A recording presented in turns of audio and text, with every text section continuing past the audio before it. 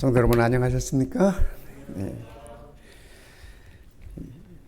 한 주일 동안 하나님의 은혜가 우리 모든 성도님들에게 풍성하게 함께 했으리라고 그렇게 믿어 의심치 않습니다. 우리가 기뻐하는 게 좋지 않습니까? 기쁜 일이 많았으면 좋겠고, 오늘은 그 빌립보서 강의 그 두 번째 시간으로 우리가 기쁨을 얻거나 기쁨을 유지함에 있어서 어떤 그 장애물들이 있어요. 근데 그 장애물은 우리 누구에게나 다 있습니다. 모두에게 다 있어요. 사도 바울에게도 그 장애물이 있었습니다. 그런데 바울은 기쁨을 유지하는 데 필요한 그 장애물들을 어떻게 극복했는지 오늘 우리가 빌립보서 1장 12절부터 24절까지 있는 말씀을 통해서 바울의 장애물을 극복하는 그 방법을 통해서 우리도 우리의 기쁨을 유지하고 기쁨을 찾음에 있어서 그 장애물들을 이렇게 제거하고 우리의 기쁨을 유지할 수 있으면 참으로 좋겠습니다. 이 A.W. 타겟이라는 분이 이 짧은 소설을 하나 썼습니다.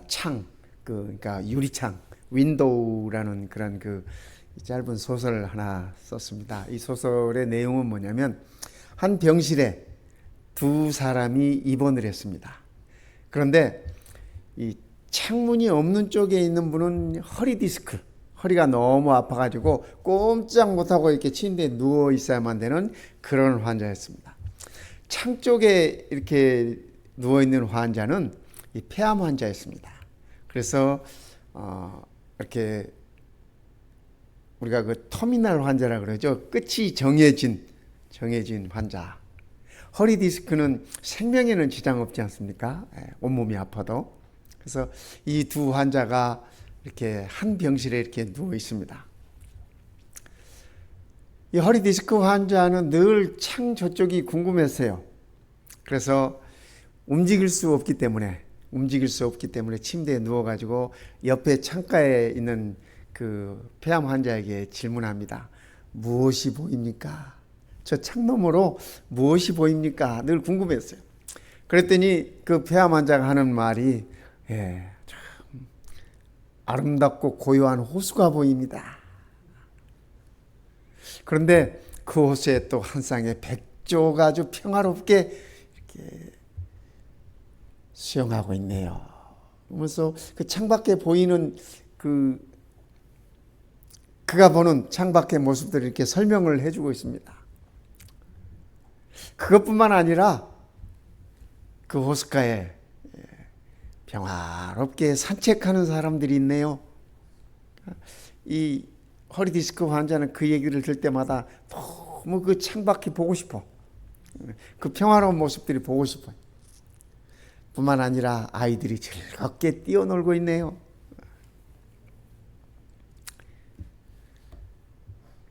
이 허리 디스크 환자는 그 창가를 늘 보고 싶었습니다.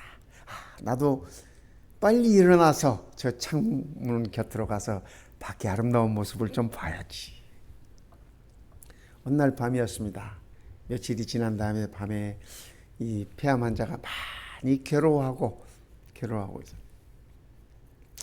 근데 그 순간 이 허리 디스크 환자는 생각했어요. 저 환자는 어차피 죽을 환자. 내가 지금 간호원을 부른다거나 해도 뭐 잠깐 며칠 저기 하겠지만 뭐 그냥 내가 가만히 있어도 이렇게. 그리고 은근히 무슨 기대가 있었냐면 이 타겟의 소설에 표현된 말입니다. 무슨 기대가 있었냐면 저 환자만 없으면 저 침대가 비면 내가 저 침대로 가리라. 그래서 그 밖에 아름다운 모습들을 보리라. 그래서 그날 그는 침묵했습니다. 폐암 환자가 막 괴로워하고 있는 그 순간 잠시 귀를 막고 눈을 감고 모른 척 했습니다. 그 밤에 이 폐암 환자는 이렇게 그의 생을 마감했습니다. 다음날 아침 이제 이 환자를 옮긴 다음에 간호원들이 들어와서 침대를 정리하면서 이렇게 있었습니다. 이 허리 디스크 환자에게 물어요. 뭐 필요한 거 없으십니까? 제가 저 침대로 옮길 수 있겠습니까? 그럼요. 당장 옮겨드리겠습니다 하고 그 침대로 옮겨주는데, 옮기는 과정에서 허리 아픈 환자니까 억지로 그가 힘을 내서 억지로 이렇게 침대를 붙잡고 나서 그 창밖을 내다봤습니다. 정말 보고 싶었던 그 장면들, 호수가 있고 백조가 놀고 뭐 아이들이 뛰어놀고 사람들이 산책하는 그것을 보고 싶었습니다. 그래서 창가로 가서 이렇게 봤더니 그 창가는 이런 담벼락으로 이렇게 쳐져 있었어요. 거기에는 호수도 없었고 거기에는 아이들이 뛰어노는 모습도 아무것도 없었습니다. 작가는 이렇게 얘기합니다. 상황 때문에 생긴 기쁨이 아니라 그 폐암 환자가 선택한 기쁨이었다는 사실을. 이 다겟이라는 분은 기쁨이라고 하는 것은 자기의 선택이라는 표현을 하고 싶은 것입니다. 바울도 그가 빌립보서에서 말하는 그 기쁨은 그의 선택의 기쁨이었습니다. 그가 선택한 기쁨이었음을 우리는 아는 것입니다. 오늘 우리도 기쁨이란 나의 선택의 산물이라고 하는 사실을 기억하면 좋겠습니다. 바울이 그의 삶 속에 있었던 이 빌립보 1장 12절부터 24절까지 언급하고 있는 세 가지 장애가 있습니다. 장애물, 기쁨을 유지함에 있어서 세 가지 장애물을 이렇게 표현하고 있습니다. 첫 번째, 유쾌하지 못한 환경. 바울은 복음을 전함에 있어서 늘 핍박받고 늘 고통이 따르고 늘 어려운 상황들에 직면했습니다. 그래서 유쾌하지 못한, 기쁠 수 없는 그러한 환경들. 두 번째, 자신을 곤경에 빠뜨린 인간관계. 여러분, 우리에게, 그죠? 우리가 다 좀 살아봐서 알지 않습니까? 마음에 상처를 주는 사람은 모르는 사람들이 아니야. 그죠? 모르는 사람들은 좀 섭섭하게도 그닥 상처가 안 돼. 그런데 믿었던 사람들, 또 같이 일했던 사람들, 그죠? 저분만은 그러지 않을 것이라는 사람들이 상처를 주면 그 상처는 깊어요. 그 상처는 오래가요. 바울이 그러한 어려움들을 겪었습니다. 세 번째는 죽을 위기를 여러 번 당했습니다. 죽을 위기를. 그런데 이런 여러 가지 기쁨을 유지함에 있어서 맡고 있는 그 장애물들을 바울은 과연 어떻게 극복하고 어떻게 그의 기쁨을 유지했을까? 그죠? 바울이 기뻐할 수 있었던 삶의 비결. 첫 번째는 이렇게 얘기합니다. 환경의 장애물은 그가 어떻게 극복했냐면 하나님의 주권에 대한 신뢰로 극복했습니다. 세상에서 일어나는 모든 일들, 환경적인 걸 할지, 그죠? 이런 모든 것들이 다 하나님의 주권에 의한 것이라고 그는 생각합니다. 또 그렇게 받아들입니다. 그러니까 아무리 어려운 일도, 아무리 슬픈 일도 하나님의 뜻이라고 하는 그 생각으로 겸허히 받아들이고 그의 기쁨을 유지할 수 있었다고 얘기하는 것입니다. 형제들아, 나의 당한 일이, 그죠? 빌립보 교인들에게 하시는 말씀이에요. 내가 복음을 전함으로 인해서 당했던 수많은 고초들, 수많은 어려운 일들, 이 모든 것들이 도리어 복음의 진보가 된 줄을 너희가 알기를 원하노라. 바울이 어려움을 겪으면 겪을수록 그 일을 통해서 복음이 더 확산되었다는 사실, 복음이 더 전파되었다고 하는 사실을 바울이 지금 일러주고 있는 것입니다. 이 진보라고 하는 말은, 그죠? 복음의 진보, 이 군대 용어입니다. 이 진보라고 하는 건 군대 용어인데 어려움들을 다 해치고 어려움들을 제거하고 이렇게 전진한다고 하는 그런 말입니다. 그래서 나의 당한 일이 도리어 복음의 진보가 되었다. 그래서 너희가 그거를 알기를 원한다라고 바울은 얘기하고 있습니다. 형제들아, 나의 당한 일이 도리어 복음의 진보가 된 줄을 너희가 알기를 원하노라. 그러면서 바울은 이렇게 얘기합니다. 그렇죠? 나의 당한 일, 이런 것들이 복음의 진보가 된 줄을 너희가 알기를 원한다. 이러므로 나의 매임이, 그가 지금 감옥에 갇혀 있지 않습니까? 나의 매임이 그리스도 안에서 온 시위대 안과, 여기 시위대라고 하는 것은 요즘 말로 하면 뭐 경호실 같은 그런 겁니다. 뭐 대통령 경호실 뭐 이런 거 있지 않습니까? 여기 시위대는 그 당시 시저 로마 황제를 이렇게 보필하고 그들의 경호 업무를 맡는 그러한 이 부대입니다. 시위대. 기타 모든 사람에게 나타났다. 그렇죠? 그래서 바울이 그의 매임이, 감옥의 갇힘이 오히려 복음을 전파할 수 있는, 지난번에 우리 사도행전 16장에서 살펴보았지 않습니까? 그 빌립보에서 무슨 일이 있었는지, 간수가 회개하고 간수와 그의 가족들이 다 구원받고 그랬던 사실을 우리가 봅니다. 그런데 그 결과를 바울은 이렇게 얘기해요. 빌립보 4장 22절에 모든 성도들이 너희에게 문안하되 특별히 가이사의 집 사람 중 몇이니라. 이 가이사는 로마 황제 시저입니다. 시저를 우리 번역에 이렇게 가이사 이렇게 적은 건데요. 특별히 로마 황제 시저 집 사람 중 몇이 바울을 통해서 이렇게 복음을 받아들였다고 하는 얘기입니다. 그러니까 로마 국가에 있어서 최고위층 사람들 중에 몇 사람들이 바울을 통해서 복음을 받아들였다고 하는 사실입니다. 그러니까 다른 말로 표현하면 바울은 그 일을 이렇게 얘기하는 것입니다. 내가 감옥에 갇혔고 내가 매여 있었지만은 이것이 로마의 고위층 사람들에게 복음을 전하는 계기가 되었다. 그러니까 바울은 그의 매임과 그의 고통과 이 모든 것들이 오히려 기쁨이라고 그렇게 표현을 하고 있는 것입니다. 그러게 바울은 우리가 알거니와 하나님을 사랑하는 자, 곧 그 뜻대로 부르심을 입은 자들에게는 모든 것이 합력하여 선을 이루느니라. 모든 것이 합력하여 좋은 것이나 나쁜 것이나 쉬운 것이나 어려운 것이나 감옥에 갇혀 있거나 밖에 있거나 이 모든 것이 다 합력하여 복음이라고 하는, 복음 전파라고 하는 선을 이룬다고 바울은 그렇게 설명하고 있습니다. 성경을 살펴보니까 이 바울, 그죠?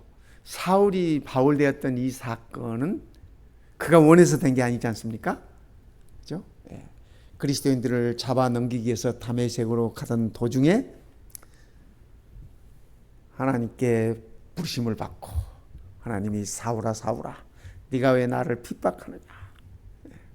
그 사건을 통해서 바울은 그의 눈이 멀게 되고 또 눈이 다시 뜨는 그 과정을 통해서 하나님의 역사하심과 하나님의 은혜를 그가 체험합니다. 그래서 그가 저 아라비아 사막으로 가서 성경 공부를 다시 합니다. 구약이죠. 메시아에 관한 예언들, 예수에 관한 그 예언들을 다시 공부하면서 과연 내가 그동안 핍박했던 이 예수가 메시아인가? 그가 다시 공부를 합니다.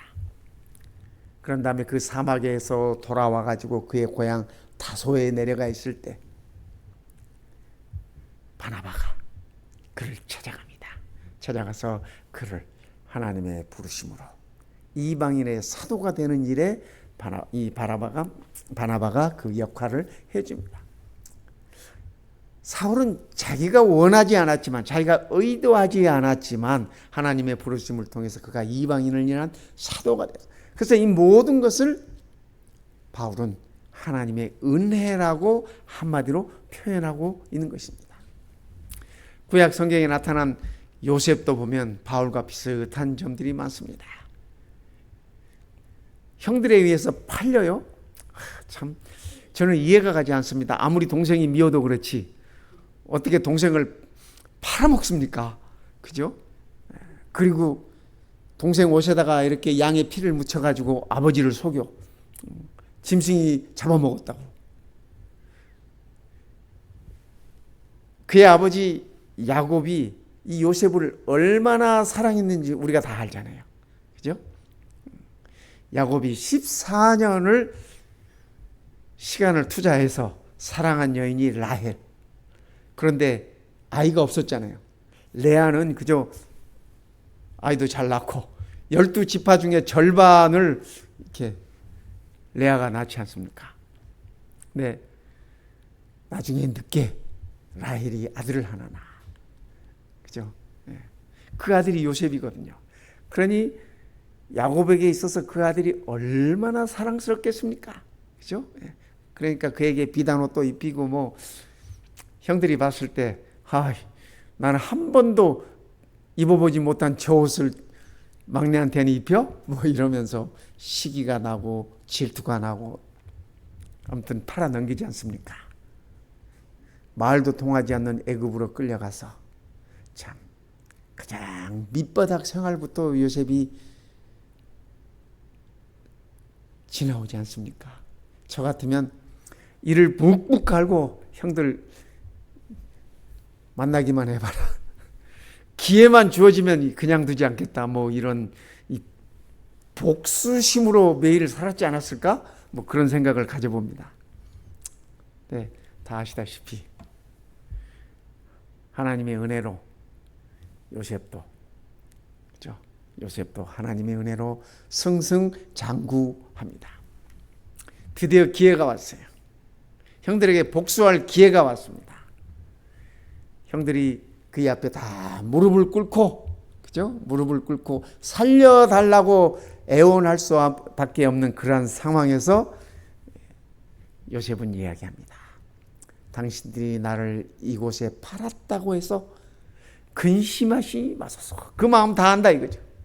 한탄하지 마소서. 왜 한탄해요? 아이고 이제 우린 죽었구나. 얼마나 후회되겠습니까? 그때 그 동생 요셉을 팔았던 것이 지금은 애굽의 최고의 권력자가 됐는데, 왕 다음으로 최고의 권력자의 위치에 있는데 그들은 벌벌 떨면서 정말 바람 앞에 촛불처럼 흔들리고 있었습니다. 그때 요셉이 하는 말이 하나님이 생명을 구원하시려고, 하나님이 형님들의 생명과 우리 모든 가족들의 생명을 구하시려고 나를 형님들보다 먼저 보내셨습니다. 형님들이 나를 팔아 넘긴 것이 아니라 하나님께서 우리 가족들을 살리기 위해서 나를 이곳으로 보내신 것입니다. 요셉의 이 말은 우리 예수님의 정신 아니겠습니까? 그렇죠. 예. 저들을 용서하소서. 예. 우리 예수님의 정신입니다. 바울 또한 마찬가지였습니다. 그렇죠? 바울이 기뻐할 수 있었던 삶의 비결의 두 번째 이유는 그에게 주어진 인간관계의 장애물들을 바울은 어떻게 극복했나? 그 모든 것들을 선교적 시각으로 극복했습니다. 사람들이 그를 질투하고 시기하고 그를 이렇게 넘겨줄 때, 혹은 질투하고 시기해서 이렇게 교회가 갈라질 때 바울은 그게 속이 상했지만 이것도 그리스도가 전파되는 방법이구나, 수단이구나 생각하면서 그의 마음의 평정을 잃지 않고 기쁨을 유지했다고 하는 사실입니다. LA에 교회가 여러 개 있어요. 제가 LA에 있을 때 교회가 12개 있었습니다. 우리 한인 교회들. 그런데 그 12개 교회들 중에 대부분 교회들이 좀 뭐하지만 그죠? 여러분들이 예측하듯이 서로 미워하고 서로 시기하고 질투하고 해가지고 갈라져서 생긴 교회들이 대부분. 맨 처음 생긴 나성중앙교회가 올림픽교회를 세울 때는 그때는 선교적인 차원에서 이렇게 분교를 내서 그렇게 세웠어요. 그런데 그 다음부터 그 옆에 있는 교회들, 저는 그 역사를 잘 모르지만 얘기를 들어보니까 다 장로님들이 싸워서 갈라지고, 뭐 이렇게 어느 가족과 어느 가족들이 뭐 서로 마음이 안 맞아가지고 갈라지고, 그렇게 해서 그 주변에 있는 교회들이 이렇게 하나씩 생겼대요. 바울의 표현을 빌리면 그것도 하나님의 섭리였다고 하는 사실, 이 선교적 시각으로 받아들였다고 하는 사실입니다. 어떤 이들은 투기와 분쟁으로, 그렇죠? 이 바울 시대도 벌써 이 초대 교회도 그런 일들이 있었어요. 어떤 이들은 착한 뜻으로, 좋은 뜻으로 그리스도를 전파하나니, 바울이 복음 전도를 잘해. 그러니까 질투가 나고 시기가 나니까, 그러니까 내가 바울만 못하나? 그러면서 열심히 그리스도 복음을 전파하는. 그 동기가 투기와 분쟁이라 할지라도 그리스도가 전파되는 그 사실을 바울은, 이들은 내가 복음을 변증하기 위하여 세우심을 받은 줄 알고 사랑으로 하나. 여기 이들은 착한 뜻으로 그리스도를 전파하는 사람들입니다. 그들은 누구냐면 투기와 분쟁으로 이게 복음을 전파하는 사람들이야. 그들은 나의 매임에 괴로움을 더하게 할 줄로 생각하여. 바울이 감옥에 갇혀 있어서 복음을 전하지 못하지 않습니까? 그러니까 바울의 그 괴로움에다가 한술 더 얹겠다는 얘기입니다. 왜냐하면 밖에서 복음을 더 전파함으로 인해서 바울이 복음 전하지 못함을 속상하도록 그렇게 하겠다는 거죠. 나의 매임에 괴로움을 더하게 할 줄로 생각하여 순수하지 못하게 다툼으로 그리스도를 전파하는. 바울 속상할 만하죠. 저 같으면 속이 엄청 상했을 것 같아요. 그런데 바울은 이렇게 표현합니다. 그러면 무엇이냐? 거칠애로 하나. 그죠? 마음이 아니라 그냥 겉으로 사람들에게 보이기 위해서 하더라도, 혹은 진심으로 하나, 어떤 방법으로 하든지 전파되는 것은 그리스도니 이로써 나는 기뻐하고 또한 기뻐하리라. 그러니까 바울은 인간관계에서 오는 어떤 그 절망적인 것들, 아픈 것들, 이런 것들을 다, 그런 것들을 통해서라도 복음이 전파된다면, 그리스도가 전파된다면 나는 기뻐하겠다. 그 얘기입니다. 기뻐하겠다. 그러니까 성도 여러분, 우리도 기뻐하지 못할 일들이 생길 때 바울처럼 이런 시각을 배웁시다. 이런 시각을 소유하십시다. 그러면 바울처럼 전파되는 것은 그리스도니 이로써 나는 기뻐하고 또한 기뻐하리라. 이 감리교를 창실했던 이 요한의 에슬레입니다. 이 요한의 에슬레하고 동시대에 살았던 분이 조지 휘필드라고 하는 목사님입니다. 그런데 요한 에슬레보다 조지 휘필드 목사님이 훨씬 더 설교를 잘했답니다. 사람들이 조지 휘필드 목사님의 설교를 더 좋아했어요. 요한 에슬레는 그의 삶이 참 이렇게 모본이 되고 뭐 이렇게 다 했지만은 설교적인 측면에 있어서는 이 조지 목사님이 훨씬 더 잘했답니다. 동시대 복음을 전하는 두 분 목사님들이에요. 근데 사람들은 이 두 분 목사님을 라이벌 관계로 봤어요. 그래서 한 번은 이런 질문을 합니다. 목사님, 천국에 가서 조지 휘필드 목사님을 만날 것이라고 생각하십니까? 참 질문에도 고약한 질문들을 해. 그죠? 목사한테 목사님이 천국에 가서 만날 것이냐 못 만날 것이냐 뭐 그런 질문. 그때 웨슬레 목사님이 이렇게 대답했습니다. 아마 못 만날걸요? 그랬더니 그렇죠. 목사님은 웨필드 목사님의 신앙관으로는 천국에 못 간다고 생각하는 거죠? 이렇게 한 번 더 확인을 해. 아마 못 만날 것이라는 그 말에 대한 이렇게 확인을 하는 것입니다. 그때 웨슬레 목사님이 하시는 말씀이 내 말을 오해하셨군요. 그런 뜻이 아닙니다. 하나님이 보시기에 너무나 귀하고 아름다운 종 휘필드 목사님은 천국에 가면 하나님의 영광의 보좌 가장 가까운 곳에 있을 것입니다. 나는 감히 그분 곁에 가까이 갈 수 없을 것입니다. 그러니까 웨슬레 목사님에게 이 질문을 던진 사람들의 기대 밖으로, 다른 사람들은 이 두 목사님들이 서로 라이벌 관계라고 생각을 하고 그런 측면에서 이렇게 질문을 던졌는데, 우리 웨슬레 목사님은 비록 신학관이 조금씩 달라도, 의견이 달라도 저분은 하나님의 귀한 종이고, 그죠? 하나님의 복음의 오른팔이다라는 생각을 가지면서 그분에 대한 존경을 표현하는 것입니다. 바울이 이렇게 얘기합니다. 무슨 일이든지, 아무 일이든지 다툼이나 허영으로 하지 말고 오직 겸손한 마음으로 자기보다 남을 낮게 여기라. 여러분, 우리도 이런 거 배우십시다. 그렇지 않습니까? 아무리 뭘 못하는 사람도 이렇게 들여다보면 한두 가지 잘하는 건 있더라고요. 그죠? 어떤 사람은 한두 가지 못하고 잘하는 것이 많은 사람이 있는가 하면, 그죠?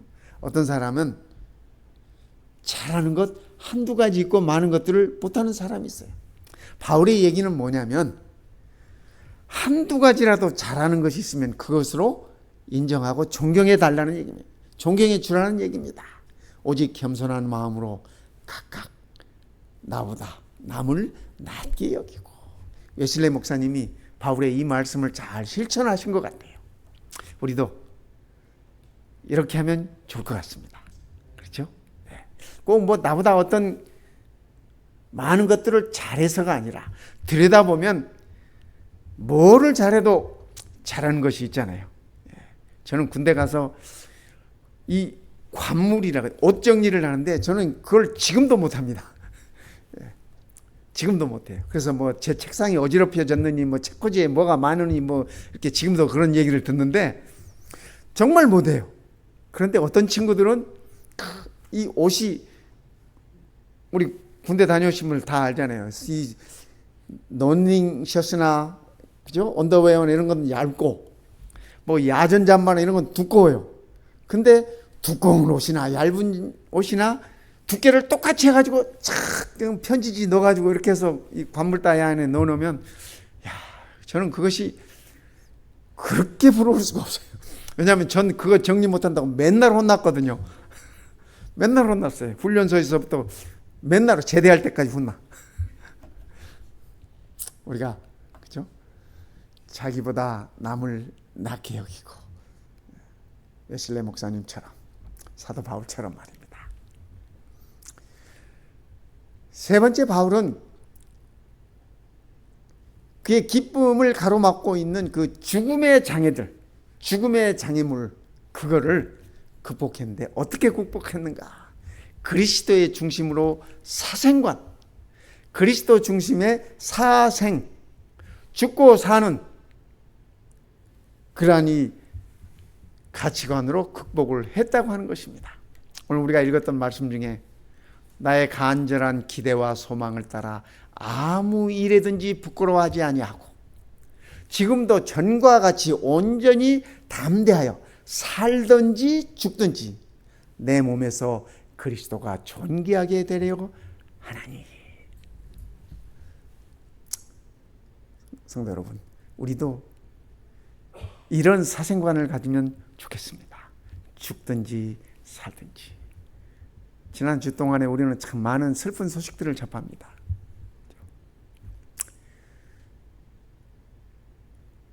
도저히 우리 하나님을 이해할 수 없는 부분들이 있어요. 그렇지 않습니까? 마우이의 그 많은 사람들의 희생, 그죠? 모르겠어요. 하나님께서 허락을 하신 건지 그냥 내버려 둔 건지 모르겠습니다. 그러나, 그죠? 그러나 참 우리로서는 이해가 가지 않지만, 그죠?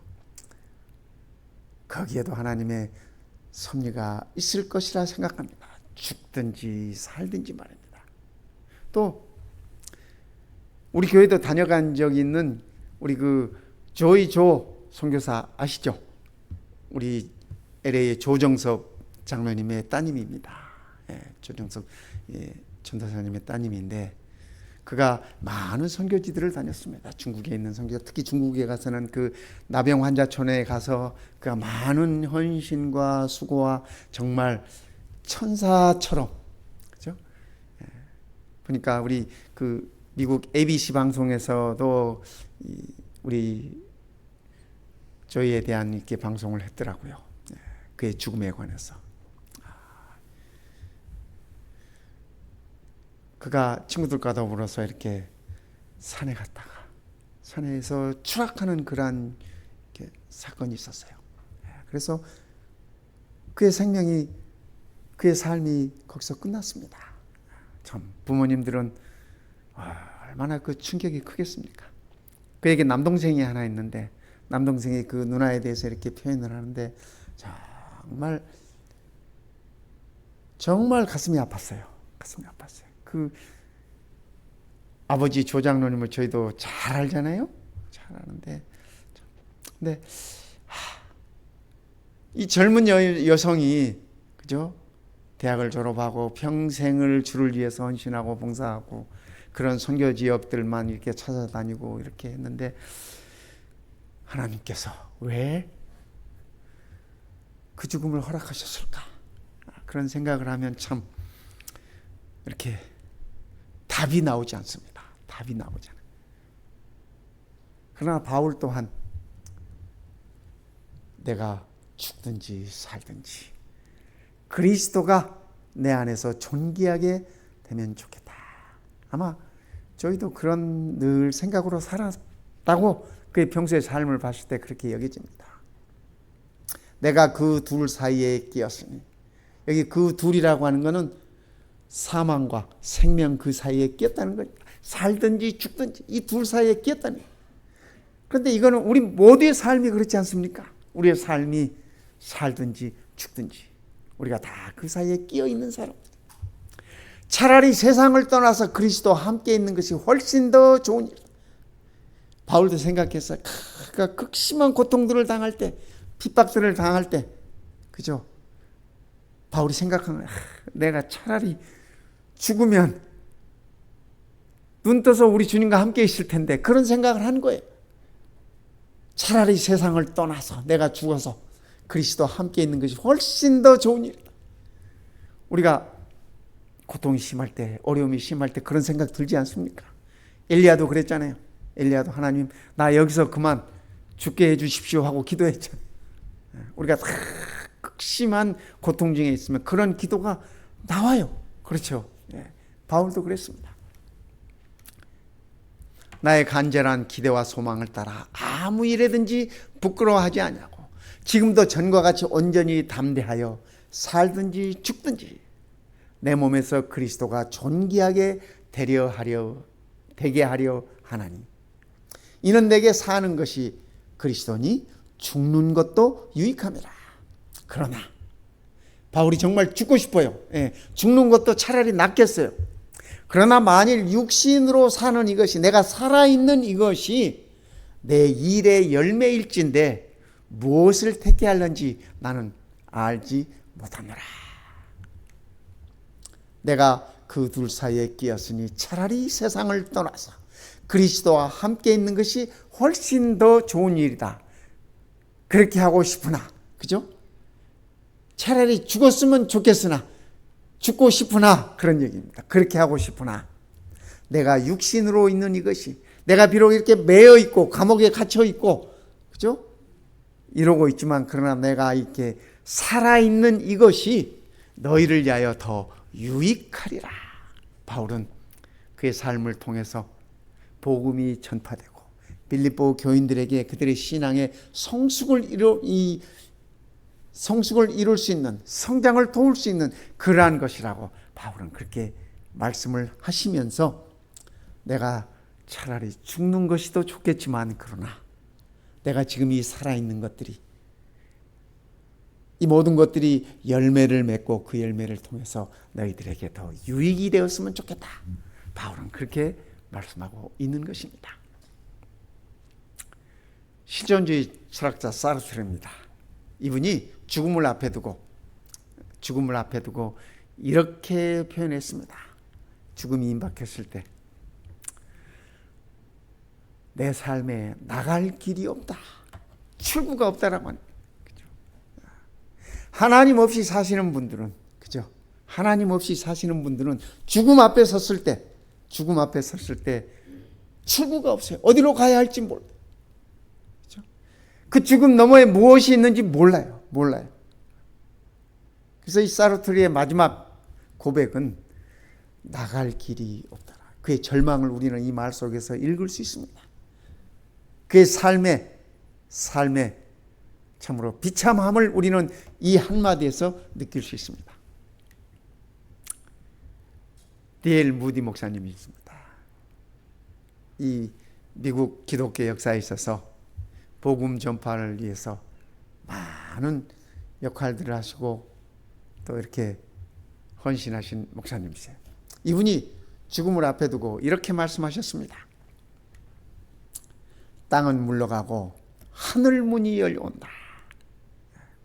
그분은 마지막 그의 죽음을 예측하면서 하늘을 본 것입니다. 마치 스데반이 하늘이 열리고 하나님 보좌 우편에 서 계신 예수님을 보았듯이 우리 무디 목사님은 그의 죽음의 순간이 생을 마감하는 시간이 이렇게 임박해 올 때 캄캄한 이 땅은 물러가고 하늘 문이 내 앞에 열려온다. 성도 여러분, 우리도 이런 삶으로 살면 좋겠습니다.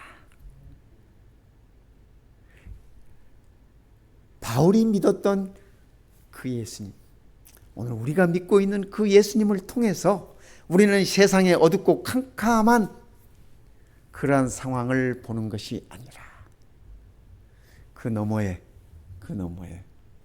영원한 소망과 참 기쁨의 모습을 우리가 볼 수 있으면 좋겠습니다. 정리를 하면 이렇습니다. 바울이 기뻐할 수 없는 장애물들이 많이 있었지만 그는 주변에 일어나는 일들을 통해서 하나님의 주권에서 비롯된다고 하는 그 신뢰로 주변에 있는 환경적인 여러 장애들을 극복했습니다. 그리고 그의 기쁨을 유지했습니다. 인간관계에서 오는 여러 가지 기뻐할 수 없는 그러한 장애물들을 그는 선교적 시각으로 극복했습니다. 그런 일들을 통해서 복음이 전파되고 그리스도가 전하해진다면 나는 항상 기뻐하리라. 세 번째, 그의 삶에 들이오는 죽음의 그림자들, 그리스도 중심의 사생관을 통해서 그는 그 모든 것들을 극복했습니다. 바울 앞에 놓여있던 이 장애물들은 오늘을 살고 있는 우리들에게도 똑같은 장애물로 작용하고 있지 않습니까?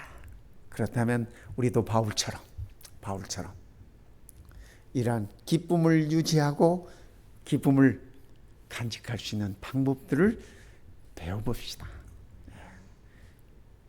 아무리 환경이 어렵다 할지라도, 아무리 관계에 있어서 상처를 받는다 할지라도, 아무리 죽음이 우리를 엄습한다 할지라도 우리의 기쁨을 잃지 마십시다. 그래서 세상에서 가장 행복한 사람으로 살았으면 좋겠습니다. 가장 기쁜 자로 살았으면 좋겠습니다. 우리 예수님 안에서 말입니다. 그 예수님께서 우리 모든 성도들에게 하늘의 평안과 기쁨을 허락하시길 이 시간에 간절히 바랍니다. 기도드리겠습니다.